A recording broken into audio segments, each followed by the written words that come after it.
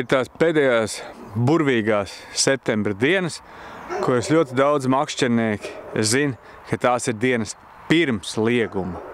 Kas tas pa liegumu, pāriem bieži vien nav skaidrs, bet tie, kas klaiņo gar strautiem un upēm zina, sākās lašveidīgu zivju nārsta liegums.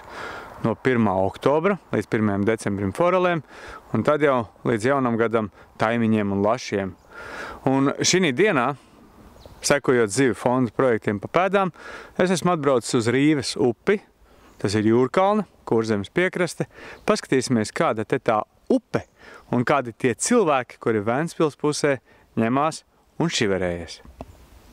Kamēr es te gaidu visus tos cilvēkus, kurus man te vajadzētu atgaidīt, mierīgi paņēmu šūpiņu un rotiņu un spininziņu un pamakšķerēju. Paskaties, pirmā Rīves zivs. Vēl nesagaidot gidus. Paskaties, kas pa varanu kukaini. Rīgais līvas sapals. Šitās viņš izskatās. Āķīts ir bez atskabargas, tāpēc tu tiksi vaļā. Bet tu palaid man tikai tikt viņam klāt tam āķīšam.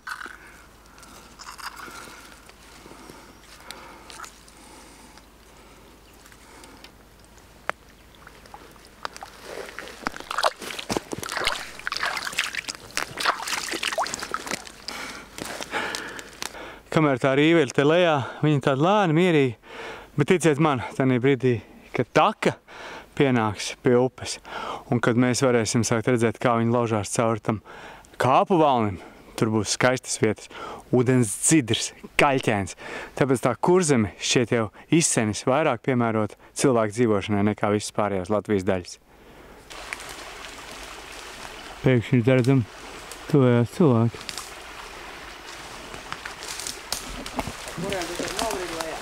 Es nogāru. Es esmu traks.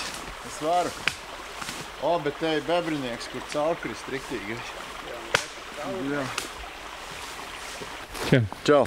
Mums ir jāpārvelk formas, jāizbrauc, esot pie jūras viens tīkls.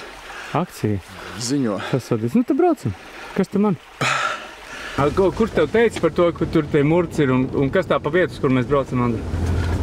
Vietējie pazvanīja. Ingum, kurš te pieskat, šito leiteci, ir piezvanījuši, ka pie Rīvas ietekas jūrā varētu būt. Viņš tur no rīta bija, tas ir tā. Ka no rīta bijis. Nu, tagad ir Viņi varbūt izņēma un piezvanīja, ko? Nē, diez vai tā neviens neriskēt no tiem, kas saprot, ka nevar likt tīklus, viņi arī pašā ārā neņems.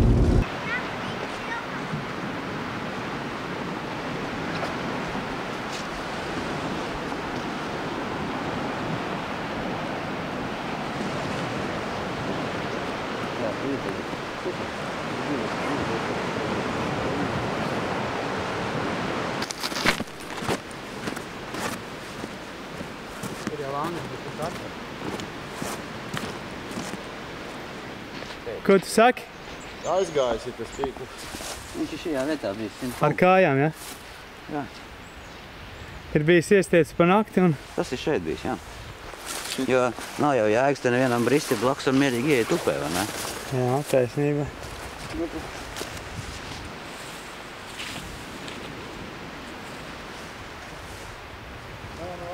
Mēs skatāmies, ka te tagad vienā vietā karodziņš, otrā vietā karodziņš, tā Rīvas ieteka jūrā. Kāds ir tas likums? Cik tālu tu no ietekas drīkst likt tos karodziņus? No tā brīdī likums ir 200 metri no ietekas, rādījusā pieteka. Jā. Un no 15. tātad oktobra būs, jā. No 15. būs tie 500 metri. Bet reāli jau tā, ka taimiņš sāk nāk jau no augusta beigām uz upi. Nu, it kā tos 500 metrus tos vajadzētu ilgāk laiku turēt. Tad faktiski viņi varētu sākt jau kaut kādā septembra sākumā, jo tā zivs tāpatās grozās ap to upes ieteku, vai ne? Jā, protams, viņi grozās, un tas arī redzams, kad upē ir uzplūdumi, tad taimiņš jau nāk iekšā, un tajā brīdī tie tīkli tiek salikt. Viss tas 200 metri arī riņķī ir noklāts. Labi. Bijām pēc signāla reidā pie upes. Tagad, lai mēs skaitītos attiecībā pret novadu un valsti strādājuši, man vajadzētu vēl kādu pusstundu veltīt papīru rakstīšanai vajadzētu tagad sarakstīt, jā, ka mēs bijām reidā, tur visi tie paraksti, jā, es parādīšu pēc tam tās papīra kaudzes. Bet tā kā nekā nebija, tad faktiski es nerakstīšu, jo priekš kam man tā stunda? Nu, kamēr es nesāku brēkt par novadu nebūšanām un man nesāk žmiegt nost, ka es nestrādāju,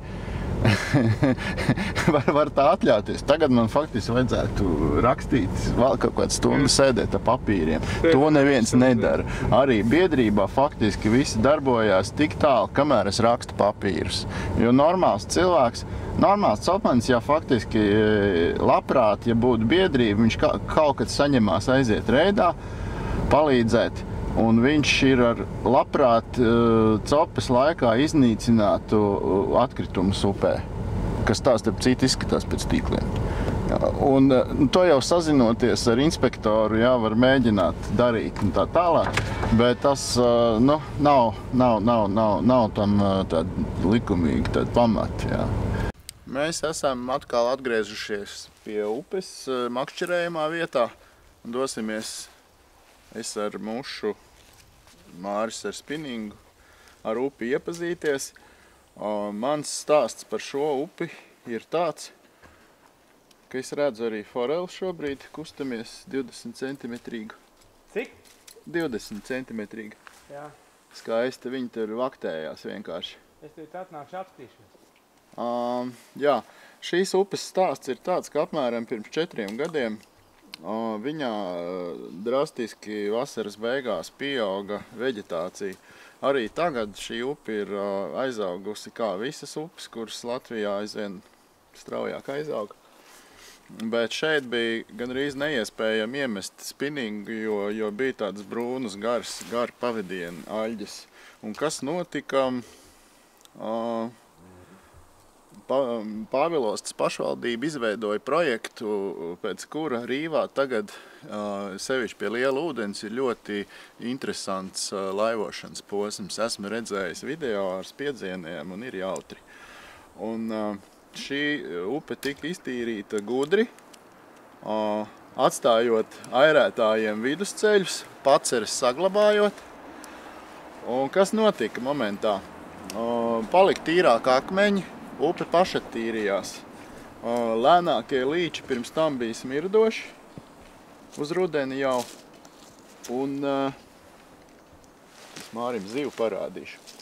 Jā, redzi. Pēkšņi, kas agrāk nebija bijis, mēs atradām, mēs šajā brīdī, Māris noķēra to zivu. Man ir atskabargu nav, viņš noknubinājās. Ai, viņi paņēma, jā. Noknubinājās. Skaisti, uzreiz bija galā. Tas tā. Tātad forele upē ir un viņi ir aktīvi.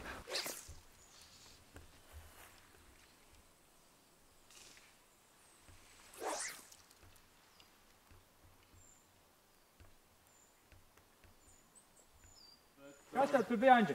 Kas? Kas tev tur bija? Šiten bija 20-nieciņš izlec, arī, dabūja pa muti notinās. Jā.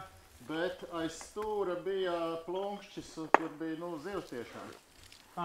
Šitais ir tas gadījums, ka plunkšķis var liecināt, ka tur zivs medī. Jā. Tu pats viņu gribētu mēģināt? Nē, es ceru, ka tu arī iemetīs kādreiz. Jā. Jo es domāju, kur viņa varēja būt. Nu? Tad es domāju, ka viņi čeko to mutulīti, kas ir uz priekšu, redz, tur ir tas lielā egle. Jā. 20 metri pa labi ir tā kā čakārnis. Es aiziešu uzmetīšu pa viņu no augšas, mums tik jāprāt, kāda izskatās. Es domāju, ka viņš čeko to straumīti. Rīvas foreli gribās parādīt. Pamēģināt.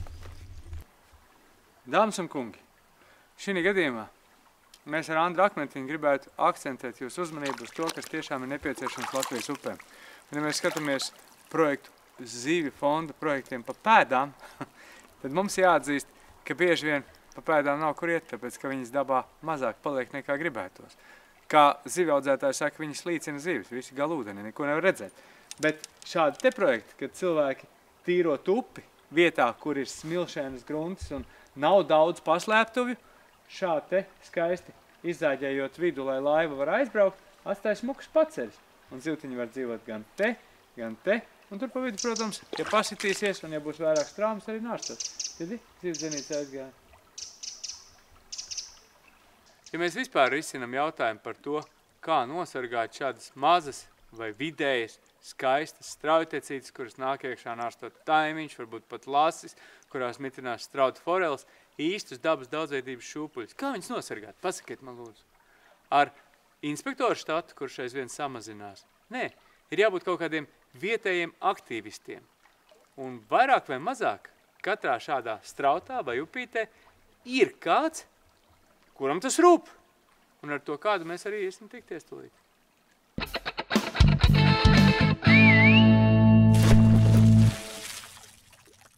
Ingus, cilvēki runā, ka tu bez mazliet tāds vietējais Robins Huds. No kurienes tā veidojas tā pārliecība un kādā veidā tu te saimnieko? Ko tu te dari un ko tu te aizsargā? Pārliecība ir radusies tieši tā gadu gaitā, makšķerējot, staigājot, skatoties, kas ir kas, redzot, varbūt kaut kas nav riktīgi, kaut kas netīrs vai kā, ja. Un tā pārliecība ir radusies vienkārši, kad gribu tā kā man patīk tas viss, lai būtu, ja, un lai paliek, pārējiem. Tad darījam ne tikai tā pārējiem, maniem bērniem, maniem mazbērniem un, visus tas ir saprotams. Ja. Tad tu no vienas puses, cik es saprotu, ļoti vienkārši saprot arī, ka var izlikt jūrā tīklu un dabūt to savu zivu rokā, lai tev nebūtu jāmok tā, kas upē iet. Pareizi? Jā. No otras puses, tu arī neeģi šeit iegūst. Likuma atļautā veidā vienkārši ņemt to, ko drīkst ņemt. Jā. Kas ir tas, pa ko tev uzreiz spaules ceļā stāvs un ko tu piesargā? Visvairāk spaules ceļā stāvs tā ir elektrība. Elektrozvēja. Tas ir kaut kas tāds, ko es vispār nesaprotu, kā kaut ko tādu var. Nezinu, tiem, kas nodarbojas ar elektrozvēju, ko lai pasaka. Jūs ne tikai ar sevi riskējat, jūs riskējat ar visu Latvijas faunu un dabu, riskējat ar to, lai jūsu bērni nezina, kas vispār ir zivs. Jo pēc elektrozvējas trieciena nekas taču nenārsto, nekas nenotiek. Upe pāris gadus ir mirusi, tur nekā nav. Vienas zivis, kas dzīvo vietā, varbūt iemigrē citas vietā, bet visā tā ziņā vietā ir pagalma. Tas ir tā kā saprotams. Bet izstāsti to funktieri, kā tev ir tam novērošanas kamerām? Kāda ir tā pieredze par tiem? Tā forša pieredzīt no sākuma it kā likās tā bišķi smagāk ar tām dabas kamerām, padārgas un tā tālāk, ja. Dabujām pirmās kameras, sākām likt, uzlikām kameriņus un trāpījās, ja. Vārdā nesaukšu, bet pazīstams cilvēks. Jau elektrozvēja tīkliņš it kā, skaidrs vietējais ieliek tīkliņš, jau grib vienu bišķīt kaut ko, ja. Pasaucu, skaties, reku te man telefonā, redzi kamerā, tu sev pazīsti. Ko man ar tev darīt? Nodot tālāk vai tu vienkārši nenāks? Rezultāts bija vienkārši fantastisks, ja. Viņš pēc tam vienkārši aizbrauca, uzrakstīja iesniegumu, pirmkārt jūrā licences, ko nav tik grūti dabūt, tātad pašpatēriņam, ja. Arī tur tu savu taimiņu lasīt, var paņemt atļautā izmērā, ja. Un es domāju, ka tas īstenībā... Viņš sāk uzvesties reiz cilvēcīgi. Jā, tā ir tā lieta, kas būtu jāmāk cilvēkiem, jo var dabūt tās licencijas. Nav tā, ka tev ir jābūt malu zvejniekam. Vēl viens jautājums. Mēs šodien ar Andru pastaigājoties gar upi gājām, un tu stāsti, ka tu esot to taku izveidojis. Kāpēc tu viņu taisīji tik garu vai tik īsu, un kāda bija tā doma? Mēs viens, jā. Mēs ar draugu, jā, un pēc tam jau mūsu ģimenes un vēl mūsu ģimeņu draugi iesaistījās, jā. Un varbūt, jā, liekas, jau 6 kilometri varbūt gara, jā, bet mēs, protams, vēlētos tomēr vēl garāku. Viņai ir vairāk. Pirmkārt, tas ir sportiskais arī, jā, vajag. Tu vari izskriet smuku kaut kādu gabaliņu. Tas ir tāds foršais, jā, un otrs, kas ir, tā ir tā vieta, ja izstaigāju šodien redzēt, tur agrāk bija malu zvejniekiem paradīze. Pilnīgā krūmā, jā, visur, jā, ejam, duram, sitam, ko daram. Tagad viņš to vairs nezina, ja, tur pat taku var nākt cilvēks. Un plus no otras puses laivotāji nākuši pretīm, ja, kopā ar Paulas pašvaldības atbalstu, viņi ir iztīrījuši tūpu. Tur arī laiva jebkurā brīdī var parādīties, ja. Tātad mēs kamēr tīrījām, mēs tur pat tiešām, lauzām kopā, tur bija žebērkļi, vienkārši tā, atbalstīt pret kokiem un tam līdzīgi. Ja. Es domāju, ka patās viņiem ir stipri sarežģītāk visu to dabūt gatavu. Parādi tos papīrus, kad gribēju parādīt. Reiz mēs par to runājam. Jo es aizbraukšu, mēs vairāk nefilmēsim. Nu, te ir tas biedrības ceļš. Pie norīša ir vēl tās mapes, kas attiecas uz grāmatvedību un Eiropas projektu mapes. Šodien ir jautājumi, atbildes, protokoli, visādi stāstīt. Biedrības sākums ir šāds.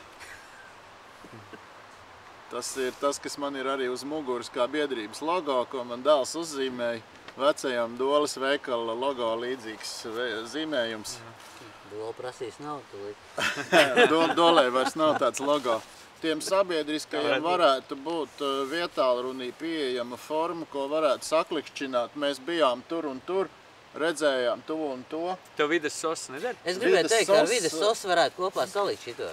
Varētu vides sos pilnveidot ar profesionālāku sadaļu priekš sabiedriskajiem, kur sabiedriskais saklikšķina bez tās papīra kaudzes, jo normāls cilvēks, kurš ir gatavs pat iet reidā, tāds ierīnas makšķernieks, viņš to papīra kaudzi nav gatavs rakstīt. Nu, mēs šodien bijām, tev būtu jāpatērē svētdienas 1 stunda. Es jau te pameklēšu un parādīšu, it kā jau nekas... rakstīt, ja tu neko neesi noķēris. It kā jau nekas liels, jā. Bet, Nē, nu ir.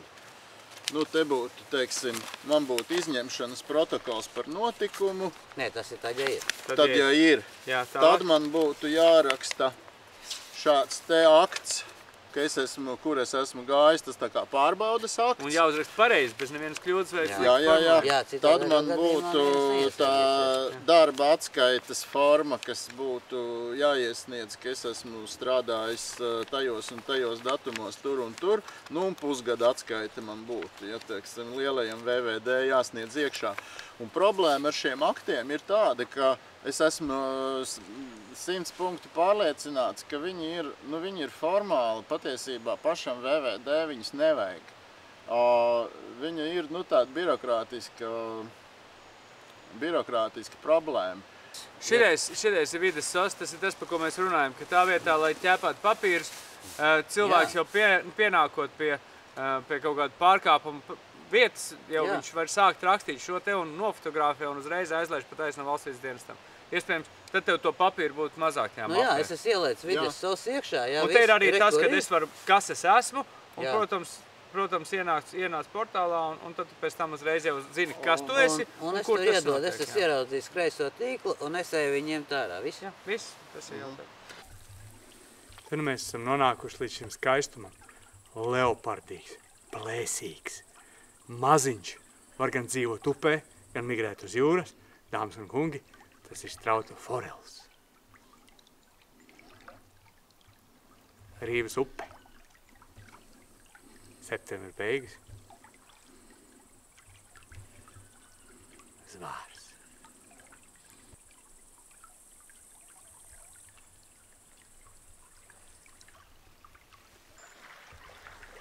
Ir latviešiem tās teiciens, ja es būtu zivs, es pats te dzīvotu, cik te ir skaisti. Kas šitais tāds ir? Opa, nav kaut kāds lentenis? Tas ir lentenis. Nu, makaronis te nevarētu būt. Jā. Lentenīts. Tātad ūdens tīrs, ja? Ja grib padzesties. Te pēkšņi mēs redzam, ka straumē ir atrodās lentenis. Acīm redzot, kāda zivs, modificējoties nārstam, ir vienkārši paņēmusi un viņu atdzīvojusi. Zivīm ir tāda iespēja atrīt viņas vienkārši. Vimbas dažreiz ir pilns lenteņiem, un uz pavasari, kad paliek intensīvāk barošanās, viņas vienkārši viņu izmet. Un šitais lentenīts izžūs, es neļaušu viņam būt upē vairāk. Iemet gar koku? Neiemet tur neko, man šitam norāvās viens. Dēļ maniem ļoti smalkiem rīkiem, es norāvās viens izvēles baktīrijas, viņš paliks. Bet var jau būt, kad jādod brīvāk. Jāpaļojas, jo droši vien, ka jāpaļojas. Ir viss jābrauc, citu var tā jautājums. Es esmu atradis tādu mānekli, ka mazā zivs neuzsēžās, un es ar to lepojos. ka man nav vispār vajadzība pēc tīkliņa. Lielais uzsmeļamais man ir liels, viņš ir priekš taimiņa. Jā. Bet klausies, ja mēs runājam par Rīvas upi, mums ir bijusi kaut kādas problēmas ar to, nu, kā tu te iet. Tad es dzirdu, ka kaut kādi nēģu tīkotāji te tiek noķerti vai saukt pie atbildības. Tu vari parādīt man to sistēmu, vai cilvēku, uz kuru balstās, vai viss tā, nu, Rīvas aizsardzība, tā varētu teikt. Nu, ka balstās... Labi. Es neteiktu, ka balstās, viņš to dara. Jā, faktiski viņš izdara vairāk nekā valsts. Vidas dienests. Vai arī dabas aizsardzības pārvalde? Nē, nevajag arī meklēt uzreiz tur tādus sliktos. Ir. Nu redz, un es tur gribēju uzmest. Šeit tev atkal atbrauc spinningotājs. Man varbūt jāizmēģina lielais taima tīkls ir. Vavā! Mākslīgi milzīgi lielais taima tīkls. Pirmais tas inspektoru mūsu, tas vilnis ir noplacis, ir cilvēki, kas ceļ mājas, kam dzimst bērni, jau viņi ar laiku pierimst. Un pēc tam atkal uzrodās kaut kāds nākamais vilnis, ja, un to cilvēku var pārbaudīt, var saprast, kā viņš domā. Nu, ja viņam ir jau garāžā 6 kaķi uzmitināti, un tad saprot, ka viņam varbūt ir tīkla apzakšanas bizness jau ir jau... Ir jau tā cerība, kad jau izejot ārā no vecā padomu laiks sistēmas jau, kad vairāk vispār nesapratīs, ka jātais tā malas vēniecība. Varbūt, ka tie inspektori nebūs vajadzīgi kaut kad. Nu jā, un valstī vajadzētu saprast, ka tie palīgi daži, kas ir sabiedriskie, ka viņus atstāt bez pilnvarām uzreiz dragā to strādājošo prestižu, ja man nebūs iespējams, ka, nu jā, bez bailēm, ka var izrakstīt to papīru arī sabiedriskais. Tu daudz mazas zivis. Tas nozīmē, ka te bija veiksmīgs nāks. Jā. Kur tas tavs taimīgs atšķirs? Nē. Tu vari atbrīvot, viņam tiešām izskatās, ka man ir bišķi dusmīgāk. O, jā. Jā. Mundri paslēpās man zem zābaka. Tagad nekusties līdz nākamajam. Neaizgāja zemā. Piemērs bija tāds, ka mēs izpļāpājām pašos pirmsākumos. Mēs noskaidrojām, cik šeit ir degviela inspektoram mēnesī. Un tas bija tik liedzoši maz, ka viņi dabūja nokaunēties un likt klāt to degvielu. Un pielikt? Nu, pielika, jā. Un tad viņi taisnojās, ka tagad ir bez maz vai bez limita. Pēc tam klusām jau viņi atzīst, ka esot limits tomēr atkal kaut kāds. Bet viņi tagad uzmanās uz āru vairs. Ja, jo saprot, aktīvs sabiedriskais arī ir traucējošs tādam dienestam. Jo mēs visu laiku kaut ko gribam, es kaut ko sūdzos. Man ir, es rādu problēmas. Labi, bet ja mēs runājam par naudām, kur dabūtu kaut galā šitās sadaļa saucās Zivu fonda līdzekļiem pa pēdām. Kāpēc tu neesi neko ņēmis no Zivu fonda? Kur tas jok? Sākumā es nezināju.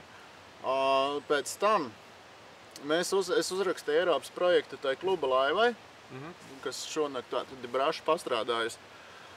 Un es sapratu, ka šie projekti, viņi man negarantē dzīvi tā kā. Es viņus darot, tas papīru darbs aizņem daudz laika. Man vieglāk ir aizskriet pašam, nerakstot tos papīrus. Ja būtu kāds, ja tad ir tas ierēdnis novadā vai reģionālajā vides, tad lai viņš raksta par mani tos papīrus. Bet, piemēram, tu tām kamerām naudu varētu dabūt tā kā ļoti viegli. Nu nē, tās kameras, kas man ir, tās iegādājas pats par saviem līdzekļiem. Bet tu varētu pieprasīt Zivu fondai, viņiem kontrole ir. Es zinu, varētu, ka ir dēļ, kas ir nobriņojušies pat ar termo. Te atkal iet runa par to, ka kas ir jāuzraksta, kas ir jāraksta, tie projekti. Ir daudz cilvēku, kas uz to ir specializējušies, ja? Mēs neesam, ja? Un mums tas ir aizņem laiku, tas ir grūti. Tev vieglāk nopirkt un rekur ir. Es viņu nopirku, rekumā viņi ir, ja? Un tas ir tas, ko Andris tikko teica, ka varētu būt, ka tur ik pēc laika varētu salīdzināt bildes. Manām kamerām visām var ielikt iekšā arī tās kartes, ja, saucamās, ja? Un viņas arī viss nosūtīt tev vajadzīgi. Ar mobilo karti man arī. Protams, tā sakā, tie ir kaut kādi izdevumi, teiksim. Kaut 9 eiro mēnesī kā vairāk, bet viņi tev ir.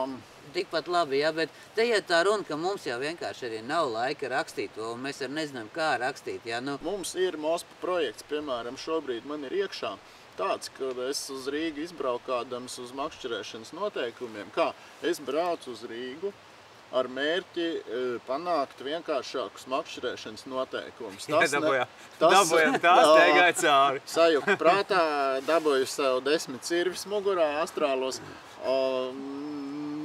Noteikumi pat nekļuva vienkāršāk, man liekas, ka viņi kļuva sarežģītāk. Un tad palika tā, ka tā sajūta, ka ir pienākums izveidot, tad, ja nevar pašas noteikums vienkāršākus, tad var vienkāršāk šo skaidrojošo materiālu uztaisīt. Un tas projekts ir spēkā, viņš ir uzrakstīts, un līdzekļi ir ieskaitīti, viņš ir tikai jāpabeidz. Un tagad zejasdienas ir beigušās, tu es ceru, ka izdosies. Tas ir tas zivju fonda projekts, par kuru tu tomēr darīsi. Jā, un tas ir tas, ko es... Ar zivīm pat zeju. Jā, ar zivīm pat zeju. Viņš savādāk nemā.